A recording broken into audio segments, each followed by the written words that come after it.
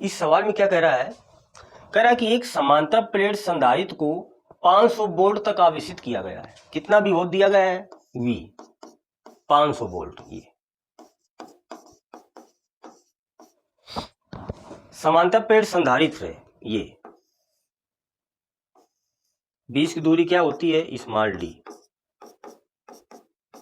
एक धनावेशित प्लेट होती है और एक ऋणावेशित।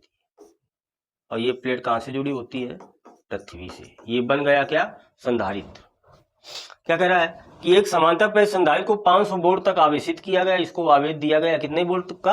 500 वोल्ट। फिर अब इसकी प्लेटों के बीच की दूरी को घटाकर आधा कर दिया जाए। अब इसको विभव कितना दिया गया? 500, यानी V1 मान लेते हैं। और बीच की दूरी, प्लेटों के बीच की दूरी क्या है? D, अर्थात D1 बराबर D मान लेते हैं। अब क्या कह रहा है?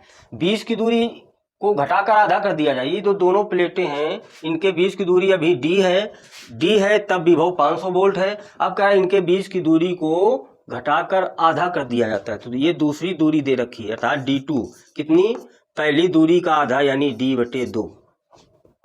तो संधारित्र पर नए विभवांतर, तो अब विभव कितना हो जाएगा? अर्थात V2 पूछा गया है। ये सवाल कह रहा है कि एक संधारित्र है, इसको 500 वोल्ट तक आवेशित किया गया है।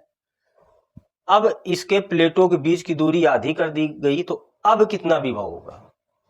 देखो, अब संधारित्र पर नए विभवांतर की गणना कीजिए। तो देखते हैं, प्लस और माइनस के कारण यहाँ क्या उत्पन्न होता है? एक वैद्युत क्षेत्र। समांतर प्लेटों के बीच जब बीच की दूरी d हो तो वैद्युत क्षेत्र की तीव्रता का फार्मूला क्या होता है?